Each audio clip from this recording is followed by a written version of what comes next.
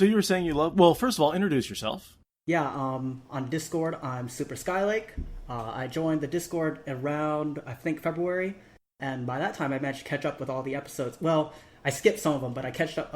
I listened to the majority of them, like, over 3 months, and that binge was always really exciting. You only get to have it once, so, treasure it if you haven't. Yeah, right? the first time binge is just like the first time read of Wheel of Time. You only get to do it once. I know, right? Well, I feel like you can, like, I say that Wheel of Time is actually 28 books because you really need to reread Absolutely. it. Yeah. No, I mean, that's the minimum. You're preaching to the choir here, right? Like, yeah. Oh, yeah. Yeah, I know. So you said you love talking audio and audio quality. What's your background in that, or is it just a hobby? Well, I mean, it is a hobby. I haven't done any of it professionally, but I have been doing audio work since I was about 12 when I had a little PDA, and I was able to get into the memory on the PDA and adjust different sounds, and just so I was messing with, like, changing out, like, different sounds and all that stuff. Then I got a collection of sound effects, and then, the rest is history. Right. So what do you generally do with the sound? Are you making music, or are you making... So when I was in high school, I made a lot of games, so I made a lot of sounds for those, and now I make sounds for a chat client, pretty much, which has, like, a lot of other functions. So I still do, like, sound design on the side. Oh, that's a neat little hobby to keep up. And oh, yeah. And, I also play music. Nice. I play the piano. So, I'm really getting back into that. Like, I kind of took a break from it for a while, but now I'm getting back into it. The other thing I wanted to ask is, how did you get into Wheel of Time? How did you find it? My first introduction to the Wheel of Time was not really one, but, like, my brother was reading it when I was, like, 11 or 12 years old. And he reads books, he read books on tape. And I saw this huge box because, there were, like, 7 or 8 tapes because it was so long. Right. Was it tapes, not CDs? It was tapes, yeah. And what year was this?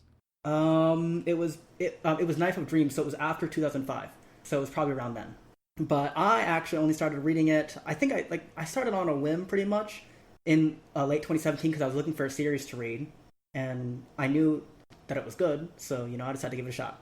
That's awesome. So you got to do the whole thing in one go. You didn't have to pause. Yeah. It took me a while to get through book 1 and 2. It took me about 2 months to get through book 1 and book 2 together, and then so that was from, like, December to February or early February, and then I managed to finish the rest of the series by May. So you had your nose in a book for, like, 3 months straight. So I commuted to college, and I was able to ride. I had to ride the bus for, like, an hour each way, and I was able to read then, and I was able to read as I was walking to class and between classes, and while I was working, if I wanted, because I worked in a computer lab. So you're one of those who walk around with your nose in a book between classes? Oh, yeah, absolutely. Me too. Back in the day when I used to walk around, I was like, yep. You always try and make sure... People are like, how can you do that? And it's like...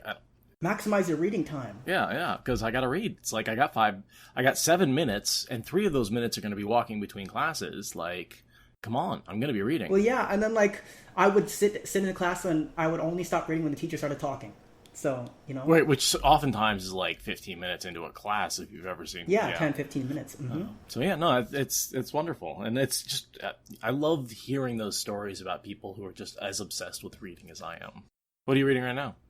I am in the middle of several books, working through The Gathering Storm, because that's where I'm on my reread, and I started reading The Obelisk Gate last week, and that's my first time through that.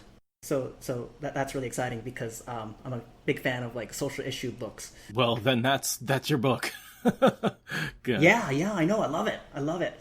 I'm also reading the new Jim Crow, which is a little bit dated right now, but it's still, like, really good in context, like, to get the context and right. And relevant, definitely. Yeah. I tried to start reading The Way of Kings again, but then I got hung up with all the other books, so, well, that's kind of on hold. But I need to get to it eventually because, I want to be ready to read Rhythm of War whenever that comes out.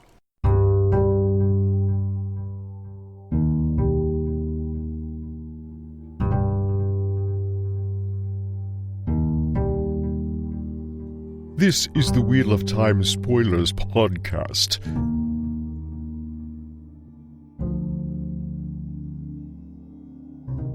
All right, well, do you want to dig into chapter 14? Oh yeah, let's talk about Awesome. chapter 14. So I have a fair amount of things to say about Excellent. that. Good. Then I'll shut the hell up after we get started. No, so we're doing chapter 14, Dreams and Nightmares, and the symbol is the Twisted Ring Tel'aran'rhiod. Yeah, because most of the stuff happens in Tel'aran'rhiod or Gawyn's dreams. Sure. So that place in between, also that like starry dark place that Egwene hangs out in. It's not technically Tel'aran'rhiod, but yeah, I always think of it as the gaps in between the spokes of the wheel. Yeah, because you can see all the worlds, like all the different worlds on in there. It's just pretty neat. So, all the dreams of all the residents of all the different worlds. Yeah. So, do you think that there's like all the Portal Stone worlds over there too? Like, I'm sure that the Aelfin and Eilfin are there because Perrin sees them in the last battle, but I don't know about the Portal Stone worlds. And I think that the Portal Stone worlds tend to be more reflections of Randland Prime, whereas the other worlds are actually like other worlds and other beings. Does that make sense? Whereas I think like the Portal worlds are like, oh, okay, yeah, I see what you mean. Sort of pale reflections that get paler as it's more of the like an echo or waves from our reality. Really, I think it could be either one, since you can manipulate whatever you want in Tel'aran'rhiod, so you could exert your will so hard that you change like what happened. I think, like when Perrin tries to make Hopper come back alive, like he sort of does, but like not really, but like he tries really hard. Now, and that's definitely a debate, the philosophical debate about what the different parallel worlds are. Like I've seen a lot of discussion about. No, there's no real answer about that. There is no real answer. And just I don't think even Jordan had one. Well, let me read us in. At the sight of Nynaeve and Elaine, Egwene did not step out of the dream. She leapt out. Not back to her sleeping body in Cairhien, the night was too young yet, but to a vast blackness filled with twinkling pinpricks of light, more by far than the number of stars in the clearest sky, each sharp and distinct as far as the eye could see. If she had eyes here, that was. Formless, she floated in the infinity between Tel'aran'rhiod and the waking world, the narrow gap between dream and reality. Had she possessed a heart here, it would have been pounding like a mad drum. She did not think they had seen her, but what under the light were they doing there, in a part of the tower that held nothing of interest? On these nightly excursions, she carefully avoided the Amyrlin's study, the novice quarters, even the accepted quarters. It always seemed that if Nynaeve or Elaine or both were not in one of those places, somebody else was. She could have approached Nynaeve or Elaine, of course. They certainly knew how to keep secrets. But something told her not to. She had dreamed of doing it, and it always seemed a nightmare. Not the sort that woke you in a cold sweat, but the kind that made you twit fretfully. Those other women. Did the Aes Sedai and Salidar know strangers wandered the tower in the world of dreams? Strange to her, at least. If they did not, she had no way to warn them. No way she could take. It was all so frustrating. I think it goes on to say stuff about how, like, if the wise ones had known that she was, wandering around in the world of dreams, they would have, really punished her hard and stuff. I think they do know, because we do see later on that some of them are like, you were not, like, we didn't see you in your, we didn't see your dreams last night. And she's like, oh, crap. But they don't say anything about it. And I feel like they're letting her, find her own way. And pretty much what they did with Aviendha, minus all the crazy punishments, because they didn't get the chance to initiate her as a wise one before she was sent to the towers, to Salidar's, to become the Amyrlin seat. So you're saying her violation of the order not to go and tell Tel'aran'rhiod is her saying, I know better, I might as well be a wise one? I think it's the beginning of that. I think I see parallels here, right? And I'm reading the Gathering Storm, so I see the parallels more. So they ask Aviendha, right, while they're in Ara Doman, they ask her about what she thinks that Rand should be doing and what her opinions about Rand's plans, like, say, to kidnap the Domani nobles are, right? And Aviendha gives her opinions, right, because they're trying to train her up to be a wise one by, giving her opinions. And they ask her opinions, they ask Egwene opinions about the women in Salidar and other stuff like that. So I think it's a similar thing. But Egwene is defying them a lot more easily, so they don't have to punish her, probably. Well, she doesn't have the ingrained brainwashing that Aviendha does. Yeah. Did you figure out who those other two women she keeps running into are? Oh, yeah. She sees Swan and Lyanna, and she keeps calling Swan the sturdy one, which I think is pretty funny. Right, and Lyanna's the willowy one. But she gives, like, spot-on descriptions of both of them, but she doesn't recognize them because they've been stilled, even though she clearly knows them. Yeah, they look a lot younger, yes. We see that there is a stable door painted blue, which is, a standard blue Aja eye and ear thing going on there. Well, and we certainly see that Leanne is the one who's, watching it in the dream. So one of the things we speculated was that basically someone is leaving messages for Leanne, and then she can just go do reconnaissance in the world of dreams. Have you seen a large influx of rats in your tavern? Paint your stable door blue if you have. No, and so what I'm guessing is she's sending, pigeons and being like, hey, paint your table blue when this happens, or paint your, if this is true, then paint your table blue. And so, yeah, she just can get those messages very easily without having to, even tell them where Salidar is, right? Because they're really trying to hide the location of Salidar. And if there's pigeons flying back and forth between, you can track them, you can, figure out where they're coming from. But if you... Well, unfortunately, they already know where Salidar is because of... Well, yes, absolutely. But they're trying. We already know that there's one traitor in the Salidar 6 for the White Tower. So she sees Rand. She sees that he can, she puzzles out that he's, traveling, but not that he's actually traveling. But she knows he's, teleporting around. And she's like, how is he doing that? Which gets her started thinking about her own way to travel, right? Because she uses that very soon here, where she talks about making things the same. She actually asks how men do it, and they talk about poking a hole, and they're, horrified. I thought this was funny. Sometimes Berelain dreamed of men. Even men Egwene knew. Wait, why are you watching Berelain's dreams with men, exactly, Egwene? Maybe that's, somebody has your own little porn, headcanon going on? If you can just pop into someone else's wet dreams, right? Yeah, I know, right? Well, she's about to, really pop into someone's wet dream. But well, she's about to be someone's wet dream, yeah. Yeah, but so, first of all, we see that she tries to avoid this nightmare. And, I wonder what would have happened. Do you think that she could have figured out how to, conquer the nightmare, the way that Hopper taught Perrin to conquer the nightmare and, just say it's not real? I think she could have. But she was, so afraid that she, wasn't even going near there. I mean, she sees, evil Rand, but that's, Gawyn's dream of saving her. It's earlier in the chapter. It says, of all worlds, places that were not quite the world she knew, worlds nothing like it at all. Varen Sedai first told her of those. The wise ones affirmed it was so, and she herself had glimpsed things, peeking in, that she simply could not credit, not even in a dream. Not nightmares. Those always seemed washed in red, or blue, or a murky gray. So, she has seen nightmares before, but never gone into them. Yeah. Right. And so those other dreams, that's what I think of the difference between, portal worlds and other worlds. Portal worlds are reflections of us, so you'd never see this, geometric pattern that can't exist in our reality, right? Whereas these parallel worlds, they might have different physics, right? We see that the Snakes and Foxes world, that time and distance do not work the way we expect them to. They do not live in Euclidean geometry. Yeah, I can see that those nightmare fractals are entirely parallel worlds coming in. I did want to point this out.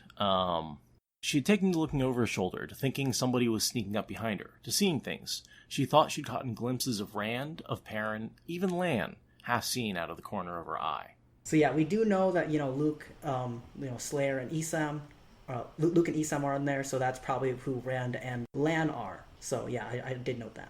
I was wondering if maybe Rand was in the dream in the flesh. Is he doing that yet? Yes, he can do that. He can definitely do that. We do know that he has, I don't know if he sees Salidar later in the book. I think he sees Salidar, I think he travels to Salidar in the flesh later in the book. Right, he's following them around to try and figure out where Salidar is. So I think Rand actually is in the world of dreams, because he figured out how to do that when he fought Ravine, I think.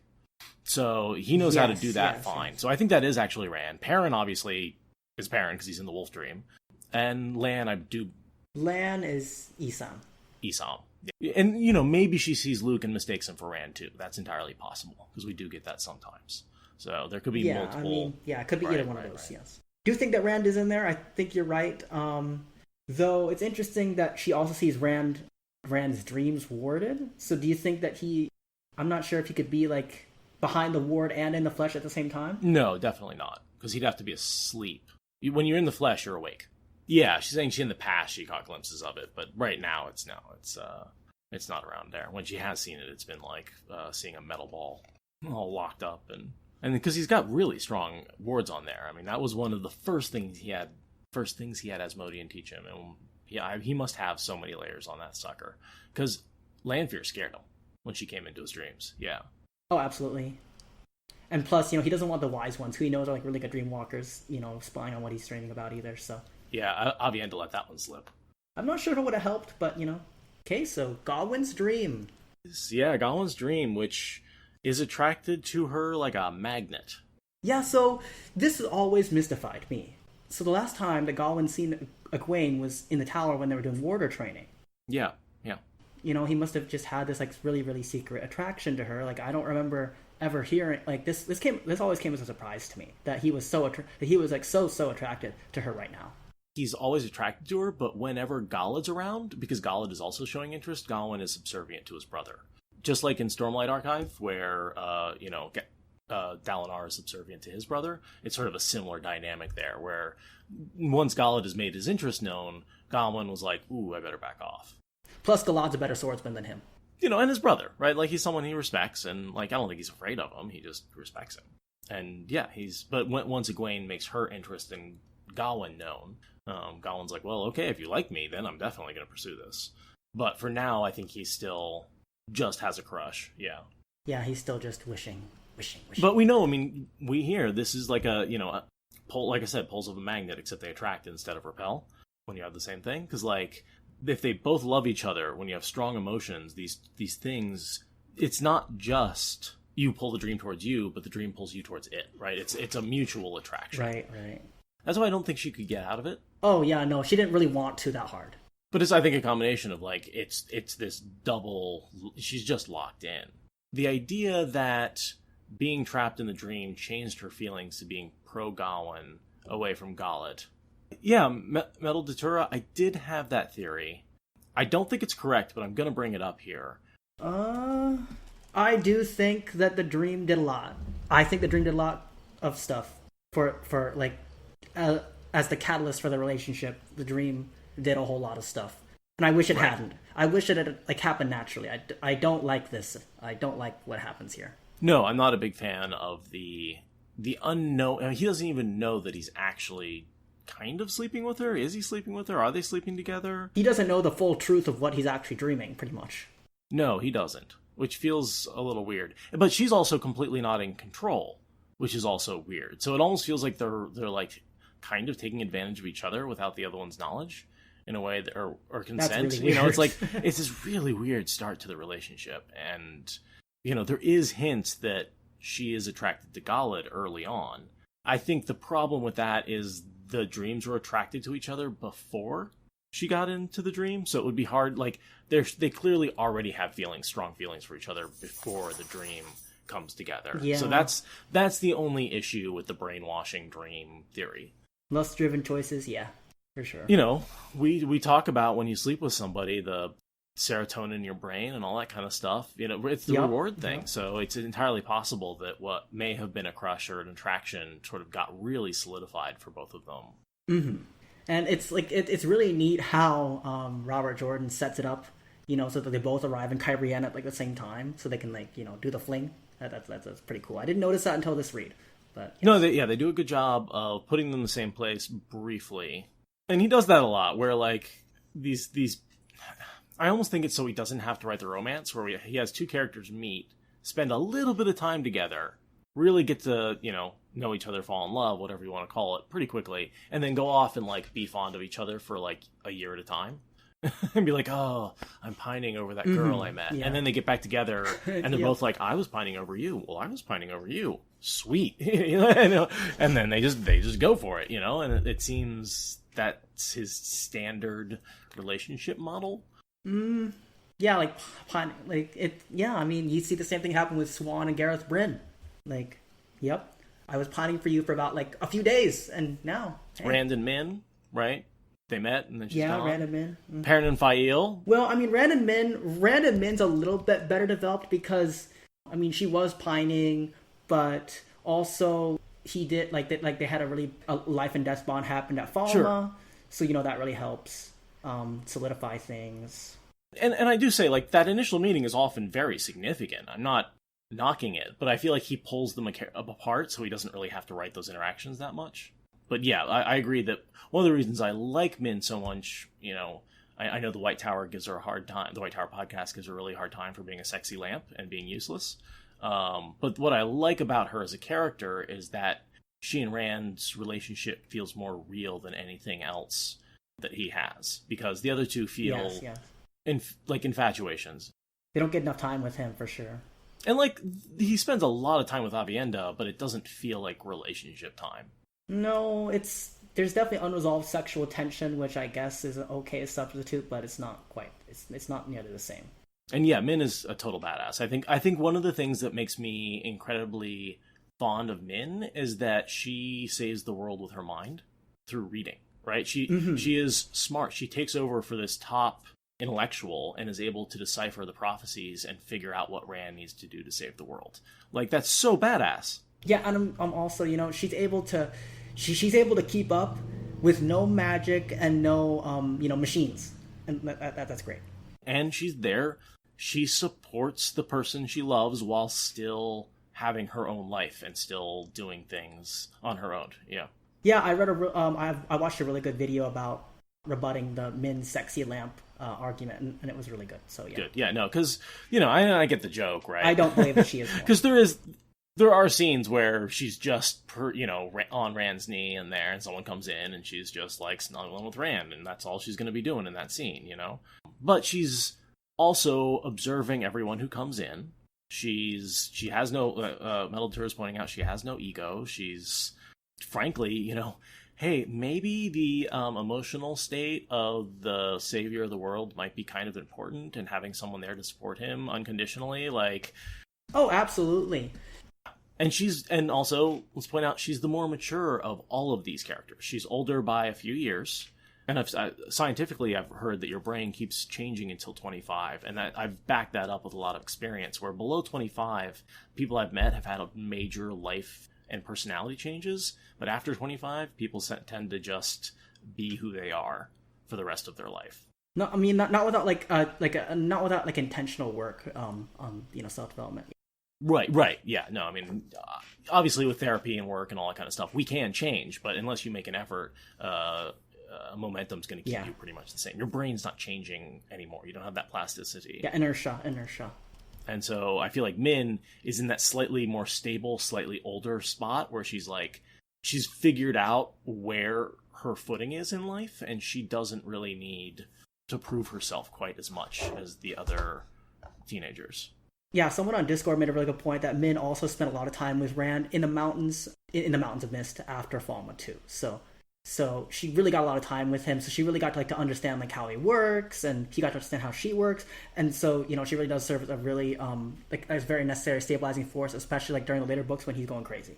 Right, and we see that's all off screen, right? That's like a year or whatever, 9 months or something when they're up in the mountains. That's just between books, And if you don't think about it, if you blink, you miss it, right? You don't realize it's a long time that they spend together. I want to bring up that Jesus said trauma still does things to your brain after 25, and absolutely, again, I'm saying unless acted upon by an outside force, your brain will pretty much be the same, and your personality will pretty much be the same. Trauma, brain injury, effort, all those things can change your brain after 25, but I find it to be drugs will also change your personality. It's true. But for the most part, unless, barring external forces. But let's talk about Gawyn's dream, because, this is really, this is really romantic and beautiful. So I don't know about romantic and beautiful. This is #White Knight. That's all I'm going to start with. I'm going to start with that. And, I had this dream when I was, 10. Right? Because, well, okay, minus the sexy part. I mean, the, riding in and rescuing the girl I had a crush on from the evil guy who was, holding her down. I remember having that fantasy. This is Shawn Mendes treat you better, pretty much, right here. Yeah, oh, absolutely. No, this dude. He's also seeing him as a demon, right? The Dragon Reborn is this evil thing. Yeah, also, Gawyn looks, really normal in his, Gawyn thinks he looks pretty normal in this dream, but he's pretty good looking. So, obviously, he looks worse and she looks better. Right, and the reverse is true in her dreams. And that's just how we all see each other. We all see our flaws. You look at your face and you're going to see, I got a little red spot on my nose that I know nobody else can see, but it looks, I see it in the mirror and it's gigantic, and it takes up, it's horrible. And it's horrible, yeah.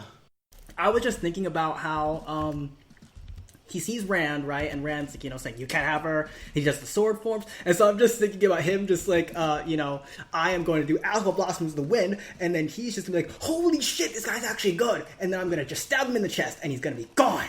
Gawyn's not always all there. So I wrote, call back to the prologue. When Gawyn first hears the peddler say that Rand killed his mother, and he wants to stab Rand right in the chest. So he's doing it over and over again in his dream. Over and over again. Because, he hasn't dreamed this. This isn't the first time. No, definitely not. And it's both a revenge fantasy for killing Rand, for killing his mother, and a rescuing the girl fantasy. White Knight fantasy. Yes. So, if there's anything that can hate me Gawyn more, it's the fact that we're analyzing this dream. The more I think about this dream and the origins of it and what it came from, I'm just like, God, this is just terrible. It's a really horrible thing, yes. It's a really horrible thing, And he is conveniently able to just make Rand's body disappear from the dream, just like, whoop, gone, which is, getting, before, someone has to clean the mess up, he just makes it disappear. Right.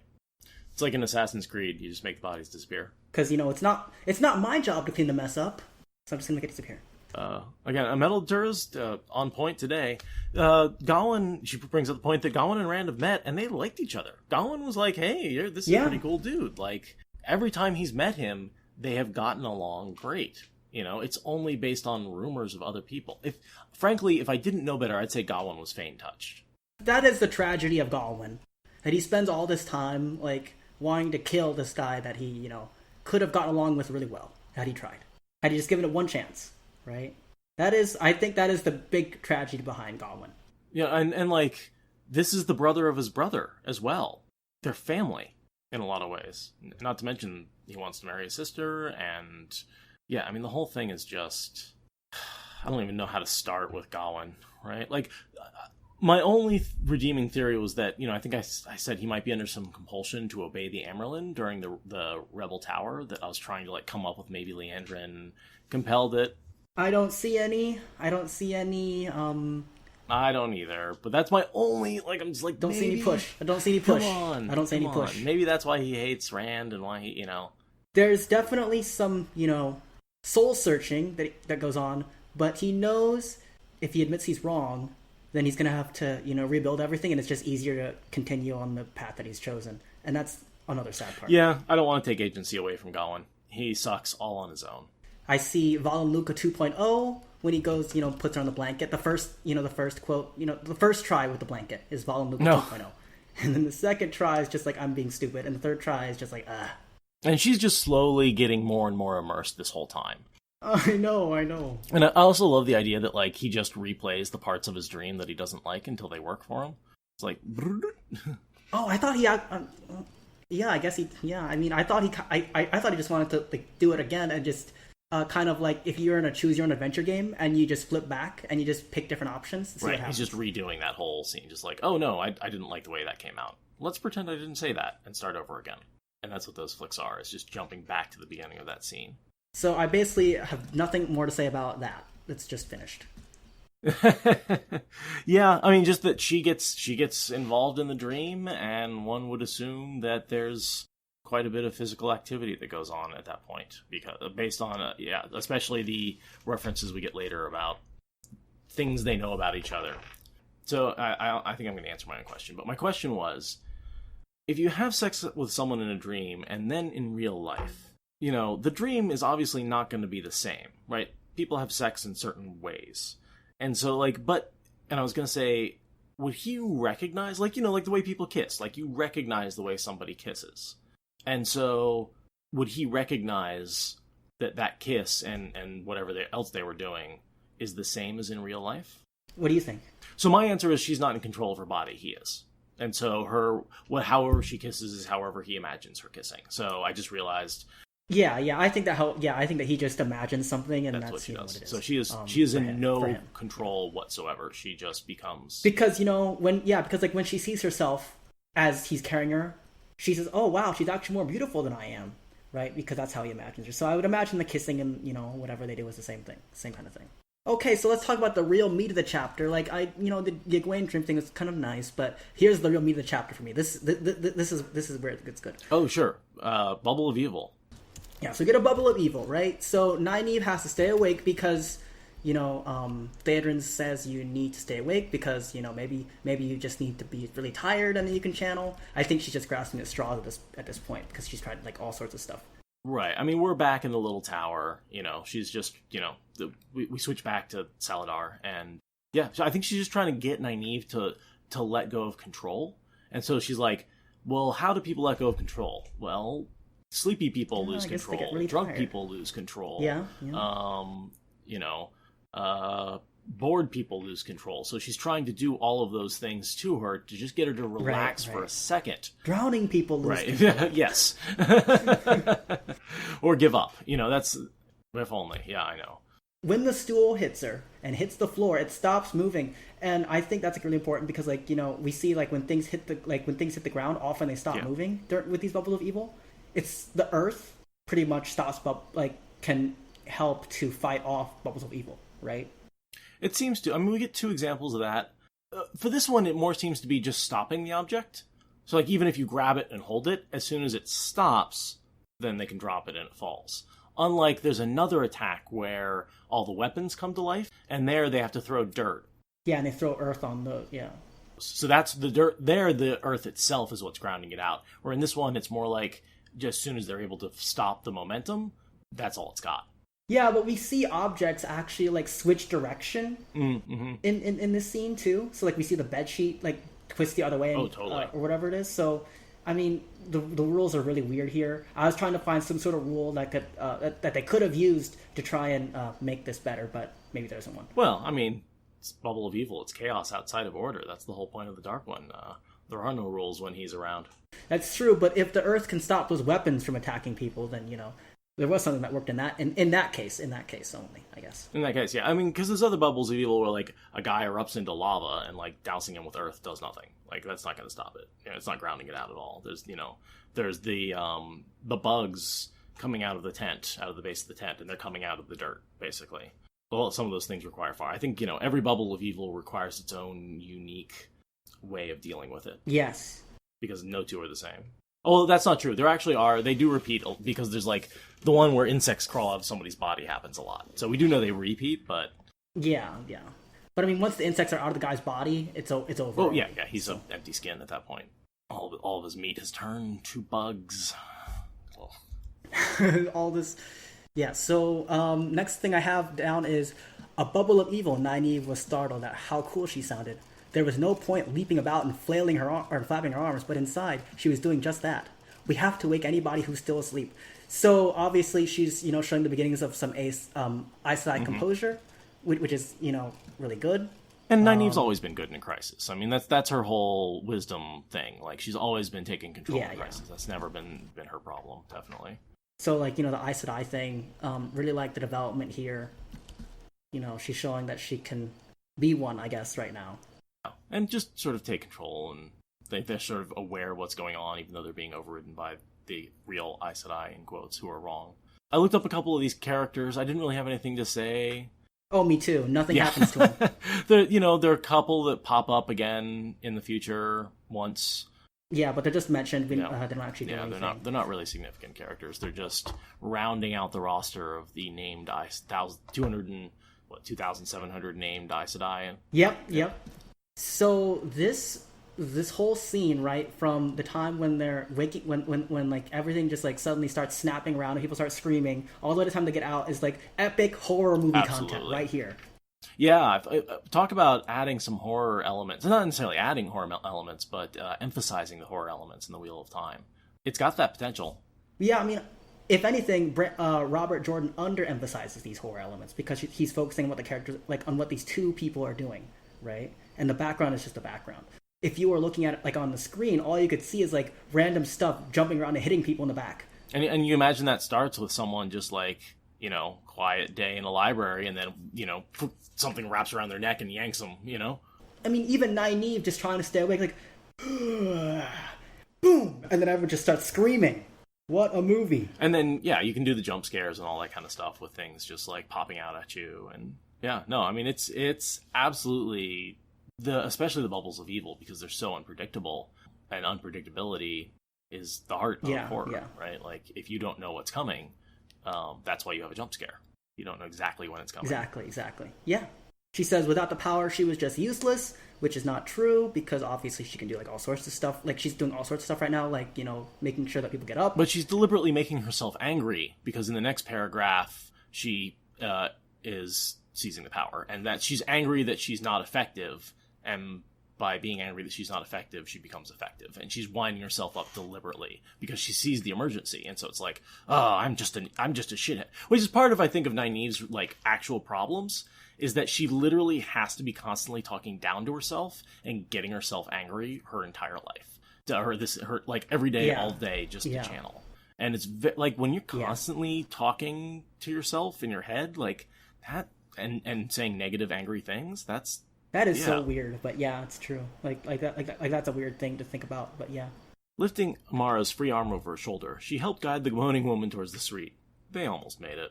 Oh, they almost made it. You ever seen Super Troopers, the movie? I have not seen that movie. Yeah, all right. Well, they're fucking with some teenagers, and the teenagers are like going over the border to Canada to get some like breakfast. And they pull him over, and he's like, "Where are you going?" Canada. Looks at him and goes, "Almost made it." Okay, so then Anaya shows up. And she creates the circle. Now, these circles, I think they're a really bad idea. So I have a lot to talk about this. Well, I mean, a little bit to talk about this. I have, so the thing I came up with here. So I think that if the most efficient thing they could have done probably is they should have linked into circles of like 4 people, and then they could have gotten rid of all the problems faster and saved more people.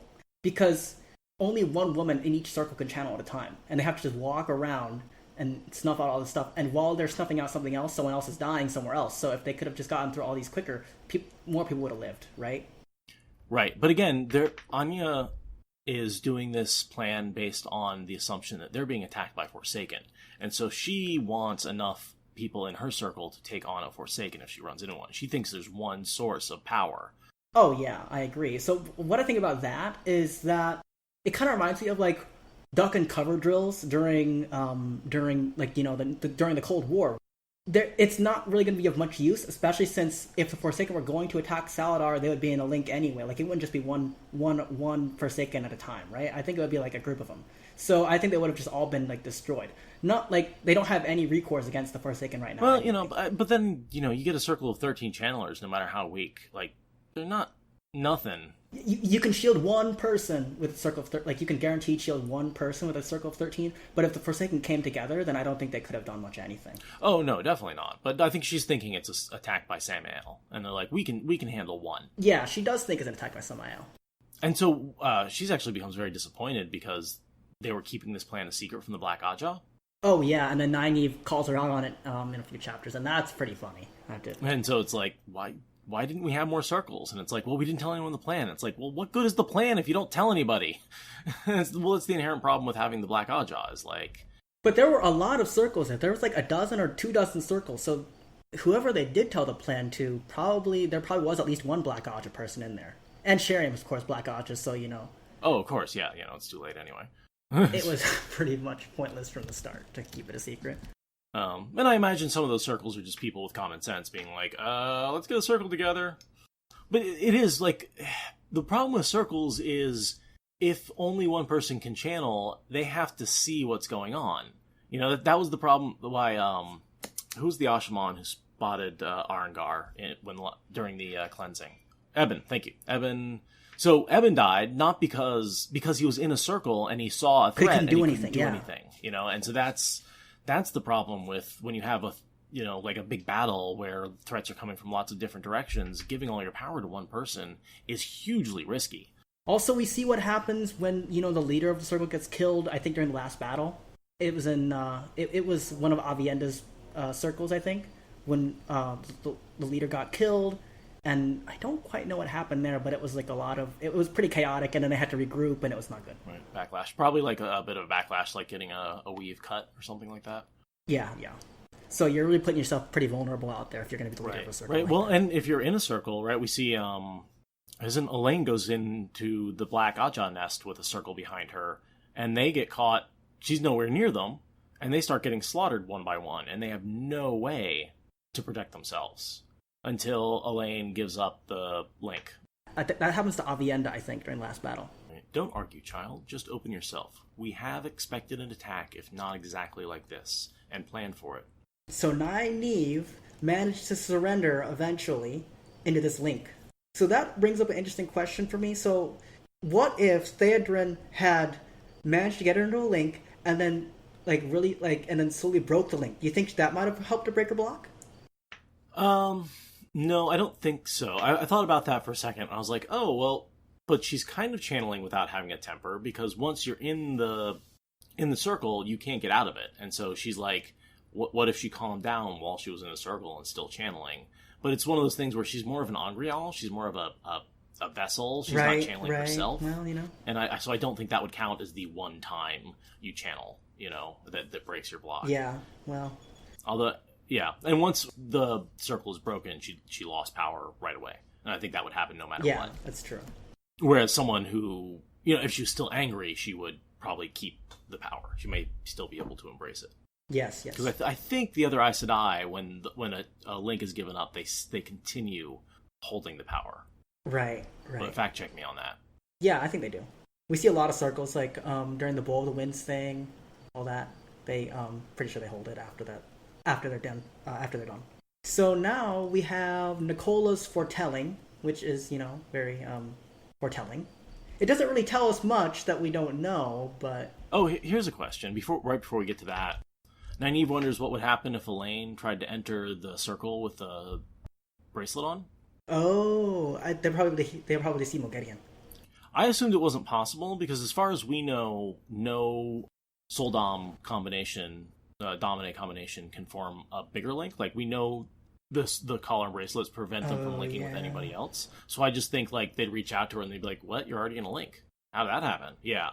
Yeah, that wouldn't be good. Yeah, that would be very bad. So we have Nicola. So obviously she says a lot of stuff. Do you want to go through it line by line? I think they're pretty cool and important. Yes. There's some pretty important stuff. So the Lion's Sword, the dedicated spear. She Who Sees Beyond. That's obviously Elaine, Avienda, and Min. 3 on the boat, and He Who Is Dead Yet Lives. Now I think this one's debated in the fandom, because the 3 on the boat. Like, the He Who Is Dead Yet Lives is almost certainly Rand after, he is reborn in Moradin's body. Right. I mean, I guess you could make an argument for Matt. Yeah, but it's worse. But, the 3 on the boat thing, maybe he does take a boat ride with those 3 girls eventually one time. Because, they all know where he is. So, he probably does meet up with them and, they say hi. But, there's also Elaine, Avienda, and Nynaeve on a boat traveling to Ibudar. I assume that refers to his funeral boat, right? Because they push his body into a boat and light it on fire. The great battle done, but the world not done with battle is, the Shan-Chan are going to try to conquer the Westlands after Dragon's Peace runs out. Because it's going to run out, sooner rather than later. That's a good question. How, you don't think the Dragon's Peace is going to hold? Do you think they're doomed? It'll probably hold for 20, 30 years, right? Tuon's going to live a long, long time, but she really, really wants to take more Damane. She has shown no change of heart by the time the last battle, happens about Damane. If she never channels, I don't think she gets an extended lifespan. But she knows she can now. That doesn't mean she's using. Yeah, I think you actually have to embrace the power. No Soul-Dom live longer. I know you do, but I feel like curiosity might get her to do it.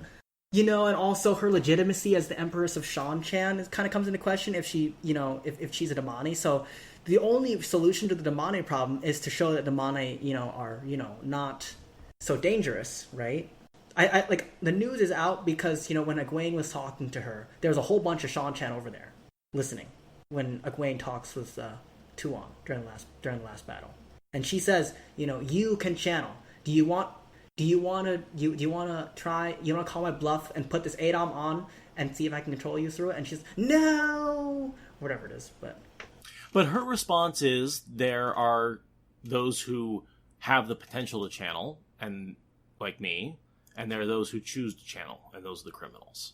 And so that's how she separates those fair. Two. Is like, as long as you choose not to channel, you're not a Domine. And because before they've only captured people who have the spark. All those people would have channeled whether or not they chose to. Because they were all going to manifest the spark. That's true. Okay. So yeah. So I think that for her, that solidifies the idea that she will never, ever channel, because that would make her a Domine. And as long as she doesn't channel, she's not a Domine. And so... Okay, so she lives for like another 30 or 40 years. Yeah. Well, probably like 50. 40 to 50 years, I would say. No, she's in good health. Yeah, if she's 20, she'll probably live to about 70. But after that, all bets are off, right? Especially with the Aiel.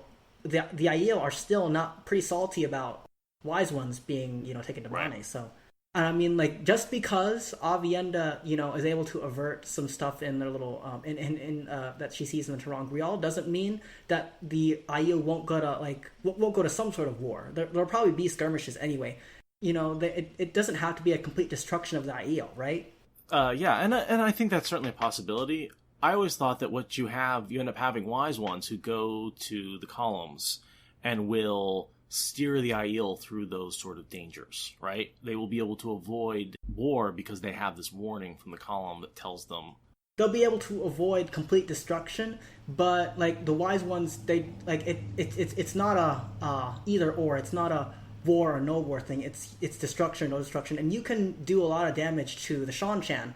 Aiel are really good at stealth, right? So they, I could see them like learning how to free Damane from people in Randland without, by stealth. So I think that it could be done. So whereas I think that as the police force of Randland, what we saw in that vision is that is completely irrelevant, because they are in and among the different places, and trying to wipe them out is basically impossible without conquering the entire world.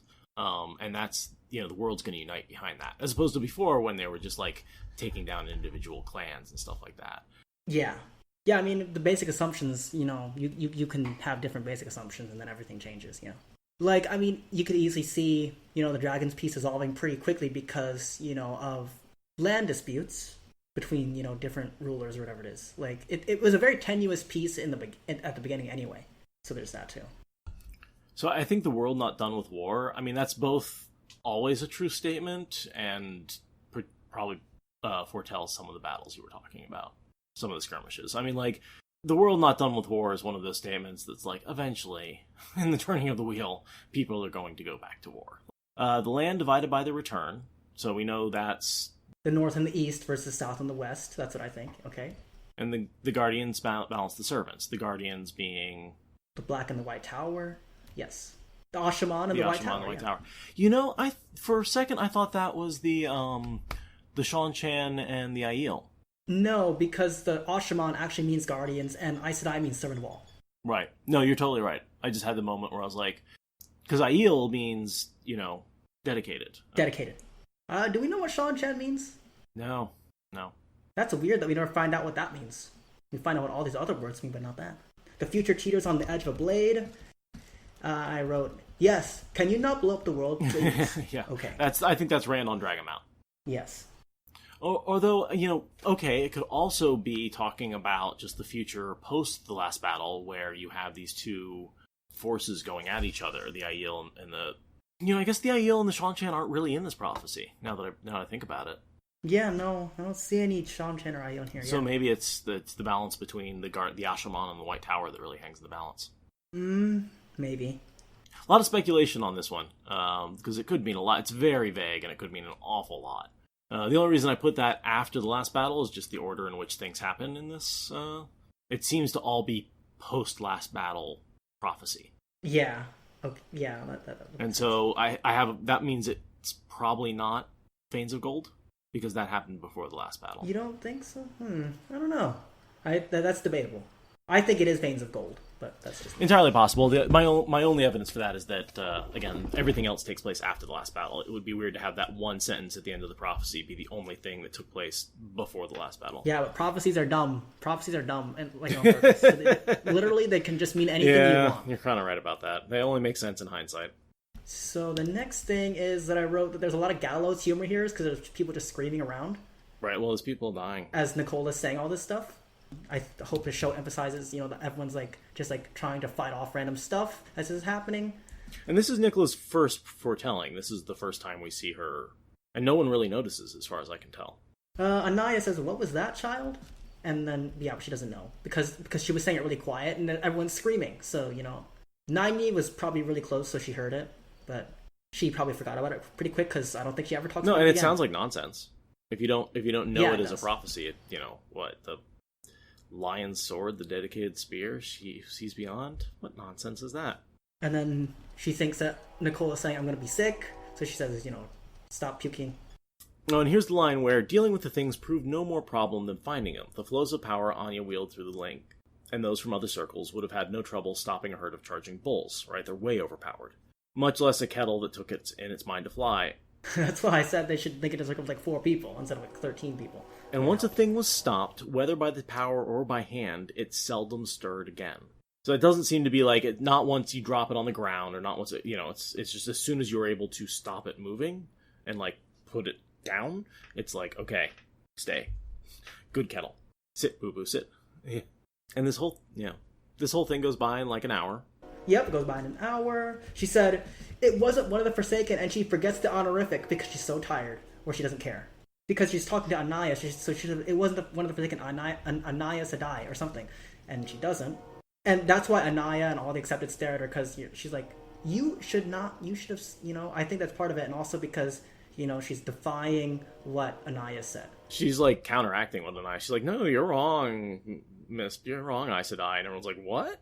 And yeah, she's exhausted. I mean, not only has she not slept all night, she's been in Tel'aran'rhiod when she was vaguely asleep.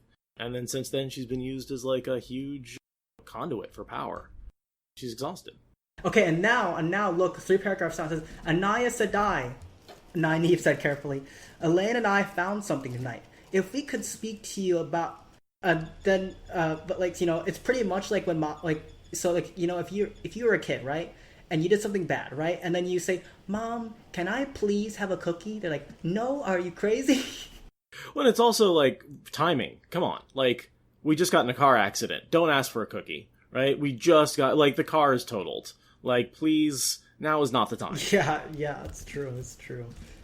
Okay, so my question is, it says, if we could speak to you, and then it says ALO. Hyphen. Right. Hyphen. That means alone. Okay. So, I was like, could it be about? Was it AB and I missed that? No. It's alone. I just read it wrong. Okay, cool. They do make mistakes in there, and I like to catch them, so. They do. So, fine. Go to bed. And the reason why I believe Anya is disappointed to learn that it's not an attack by the Forsaken is because it sort of revealed their hidden plan about the circles. She didn't want that plan to come out for Forsaken attack. Definitely. Because they wanted to basically draw Forsaken in, trap them, and then take them out, because they're arrogant and think they can do that. Yeah, also she's disappointed because Nynaeve lost the power, and she knows that Nynaeve got plenty of power, and she's really good at healing, and now she's going to have to do all this extra healing. So there's also that.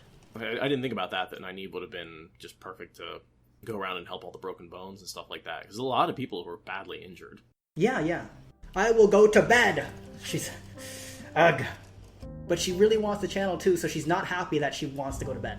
Right. She's like, I can't, I'm too tired. I'm literally burned myself out. There's no way I can stay awake. But that means whatever strategy or whatever we might have gotten out of this experience just is wasted. And all the time I was up already is gone. Yeah. Oh, poor Nynaeve. And that's, we see her, struggle to try and embrace the power, and that really is, she's so frustrated that she's stuck with this block. It's her number one issue right now. It's just yeah, absolutely. So, and seeing her break that is always just amazing. Very fulfilling for sure. Yes.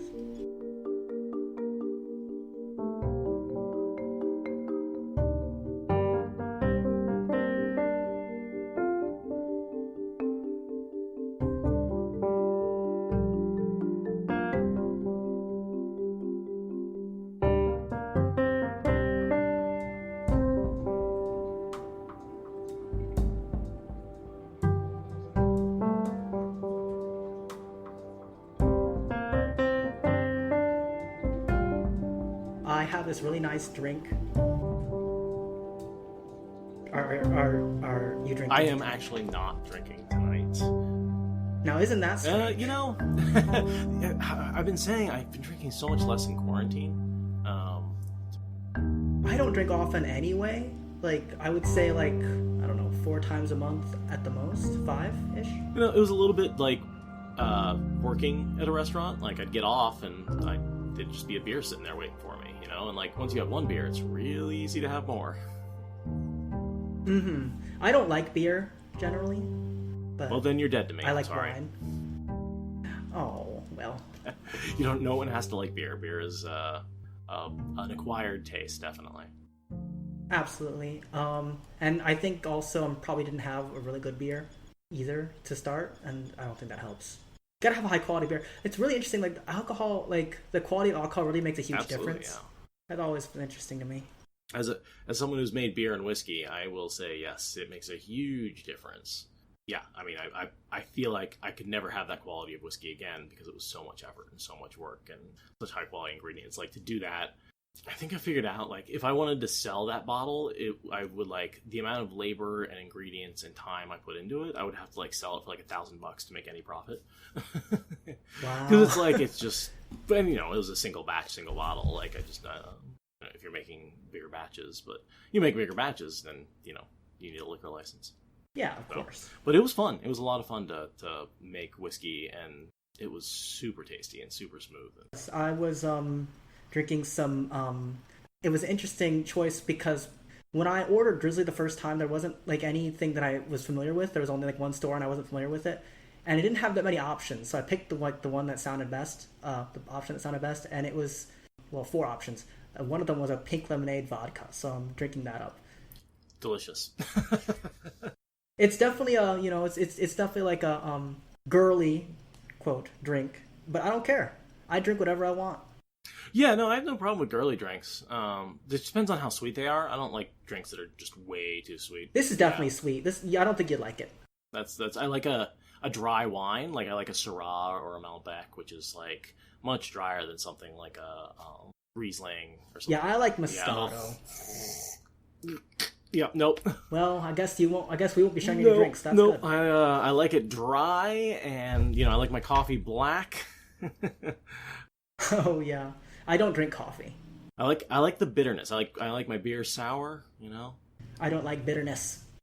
Yeah, I feel like that's something else that as I've gotten older, like my taste buds have gotten less sensitive to bitterness. It could be that way. Yes. I think that another one of those physiological changes when people are like, why do old people like Brussels sprouts and kids hate them? And it's like, because kids taste bitterness way more intensely. They literally like taste different to kids than they do to adults. They literally taste like eating something. Yeah, it's weird. Like the taste buds definitely do change.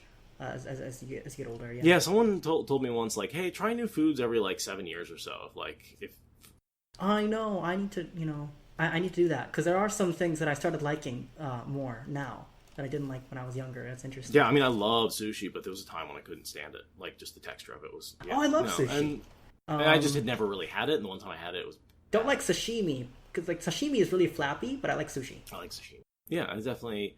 Things like weird vegetables, like, broccoli. Like, I hated broccoli as a kid. Now I'm like, give me more. Me give too. Me more, give me more. Like, I love this stuff. Steam it, fry it, butter it. Yeah, it's pretty good. It's pretty good, especially like if you if you put a little bit of seasoning on it, then it's really, really good. Yeah. Thank you for listening to the Wheel of Time Spoilers podcast. Rate us in the Apple Podcast app or support us on Patreon. Is that good enough?